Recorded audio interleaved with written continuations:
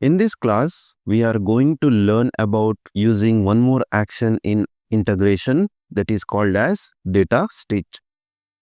I am here in the official documentation page by Oracle that is on using integrations in Oracle Integration 3.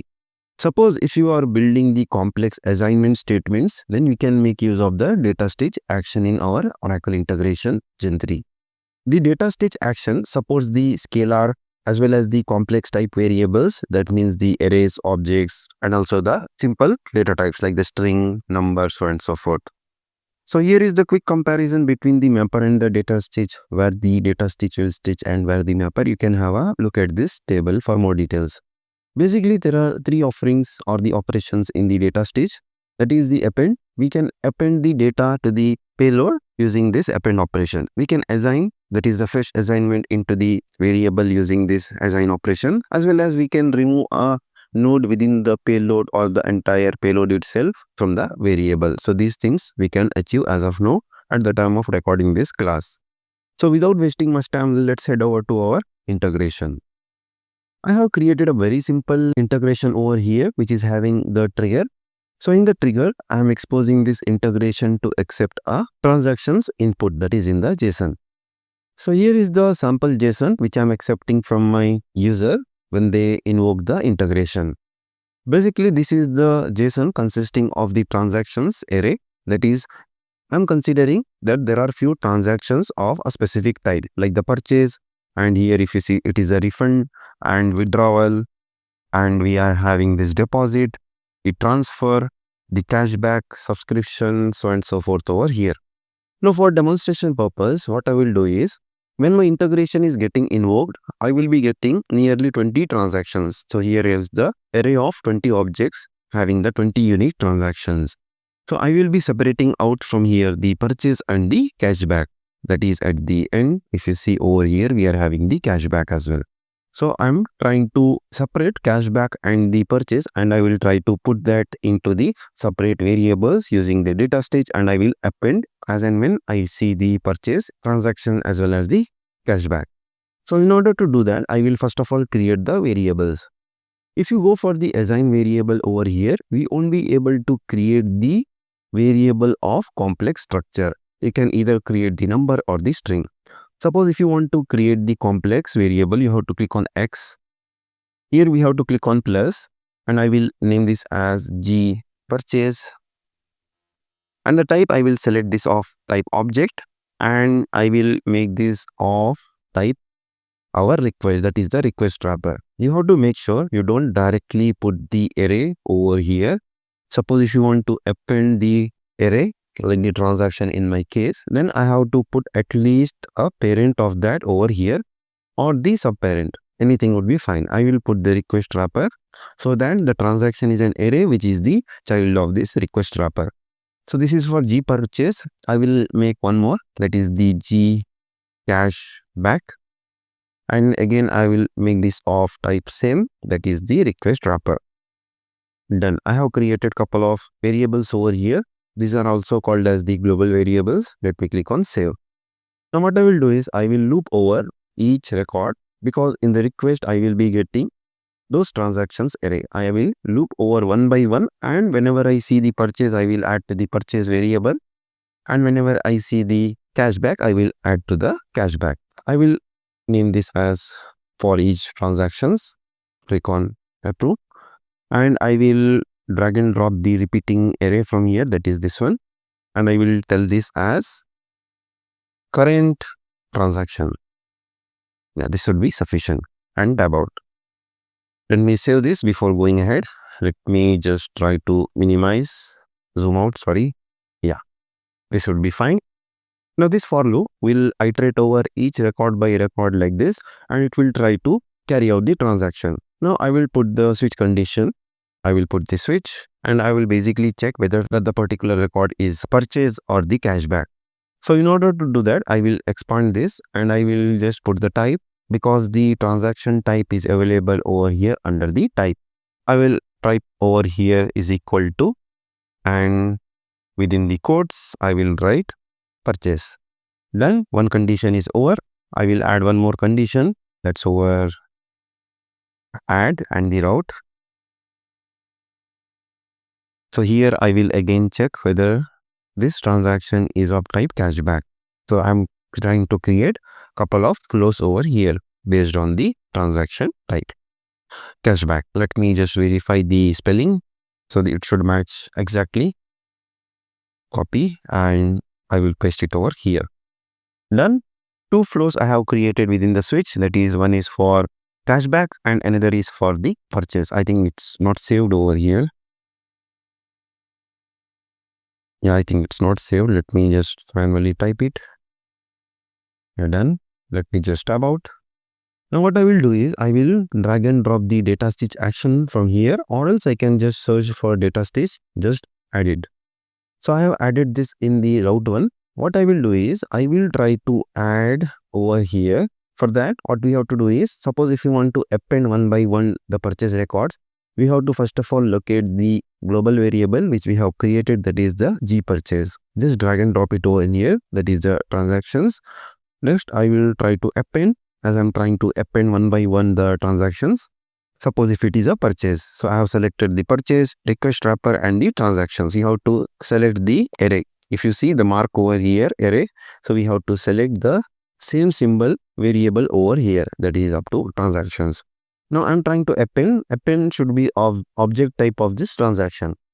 So we are trying to loop over the transaction. So the current transaction will be of type same transactions array. I will drag and drop like this. Done.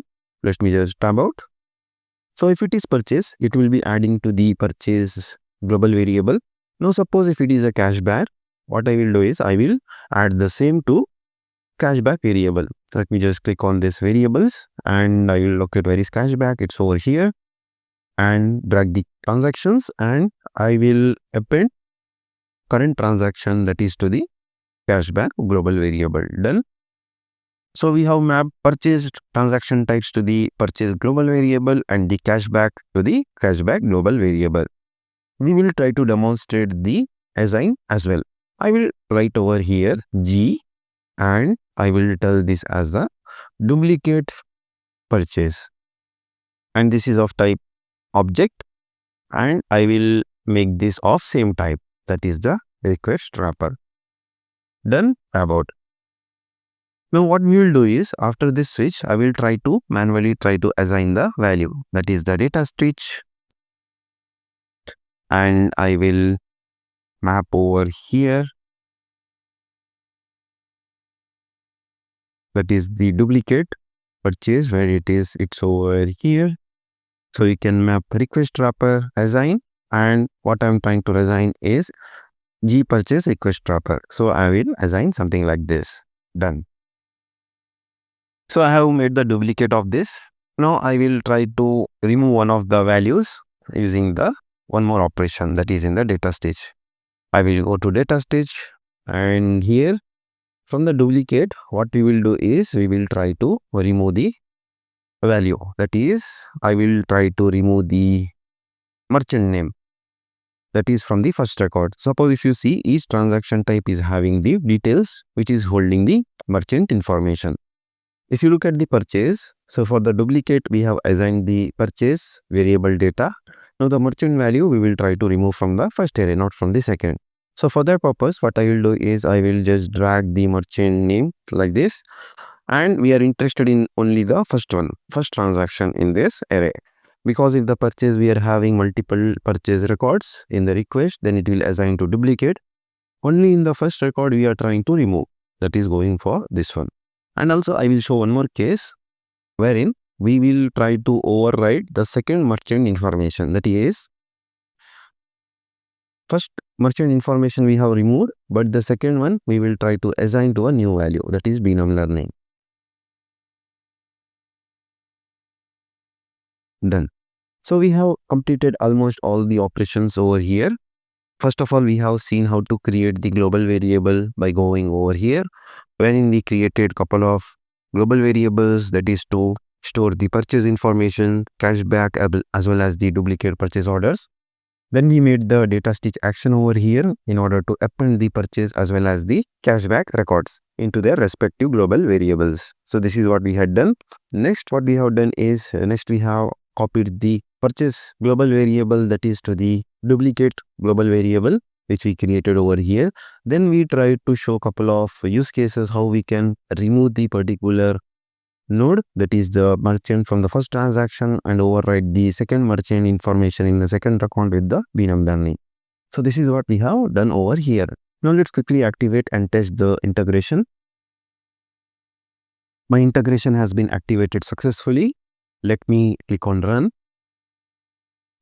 Go over to the body. Here I'm having couple of purchase, same request what I have shown over here. I have copy pasted it over here, and I'm having a couple of cashback orders as well. Now let me click on run. So basically this is having 20 transactions, out of which 2 are the purchase, 2 are cashback. So we'll see what our integration has done. Let me refresh. So if you see, we are having 20 transactions. So let me just click this I view button. So here if you see stitch 3, what it does is it will copy the purchase order, that is from the purchase variable to the duplicate variable. So it has copied purchase over here. There are 2 purchase records. It has copied from the purchase variable which is getting assigned within the for loop over here if you see. So it has stitched the action. So the details of the stitch is not visible within the for loop. So it's hidden. And even though we have enabled the auditing at the granular level. So this is what it is doing. Now cashback was our 20th record and the 19th. So it is stitching. So other iterations if you see, it will not go into the stitch because we don't have the condition to check the types other than purchase and the cashback. So total 4 loops it will execute within the switch condition. So stitch 3 means it will duplicate, it will assign the value. Now if you see over here, we are having the merchant name as Amazon and the Walmart. In the next stitch action, I have removed the first merchant name and the second merchant name I have overwritten to the BEENUM learning. Let me see where it is. It may expand over here. So here it's same. Now go for stitch 4. It's the same. Yeah. Now I will expand the stitch 4 outcome over here. So it has removed the merchant name which it has added earlier, that is the Amazon. So it is removed because we used the remove operation, and also we had overwritten the BEENUM learning over here. Let me see. Yeah, it has overwritten the merchant name to BEENUM learning. So for every action what you are performing on the data stitch, it is creating a separate execution over here saying stitch 4, stitch 4, stitch 4. Suppose if you are having 3 operations, it will show the 3 operations over here in a separate one. So like this, we have seen how we can append the data to the variable using the data stitch by creating a global variables of complex type. So we have seen how to create the complex type variables in our Oracle integration. And also we had seen how we can append, how we can assign the new value, how we can override a particular value or the entire value of a variable using the data stitch. And also we have seen how we can remove a particular value from the data stitch itself.